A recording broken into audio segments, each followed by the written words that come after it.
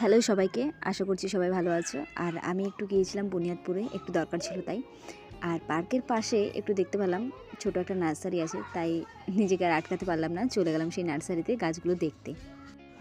এখানে অনেক রকমের চন্দ্রমল্লিকার ভ্যারাইটিসগুলো ছিল, বেশ সুন্দর লাগছিল দেখতে, রং বেরঙের।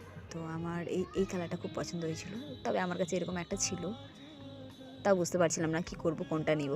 আর ওখানে গোলাপ গাছগুলো দেখছো, এই গোলাপ গাছগুলোর দাম 80 টাকা করে বলছিল। তবে আমি গোলাপ গাছগুলো নিয়েছি একটা নয়নতারা আর সাথে দুটো চন্দ্রমল্লিকা। আর এই পুচকুটা বারবার শুধু আসে ফুলগুলো তুলতে যাচ্ছিলো, তাই ওকে বসায় রেখেছি। তো চলো এবার গাছগুলো বের করে নিই। আর তোমাদেরকে বলে দিই, এই গাছগুলো আমি 20 টাকা করে নিয়েছি।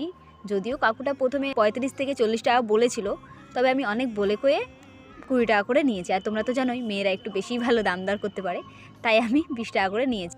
গাছগুলো ঠিকমতো জল না পাওয়ার কারণে মাটি একদম শুকিয়ে গেছে, আর গাছগুলো একটু কেমনই হয়ে গেছে। তবে কোনো ব্যাপার না, 2-4 দিন জল ঠিকমতো দিলে, একটু যত্ন করলেই ঠিক হয়ে যাবে।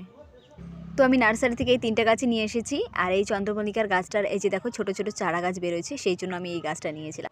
তো চলো আজকের মতো সবাইকে টাটা।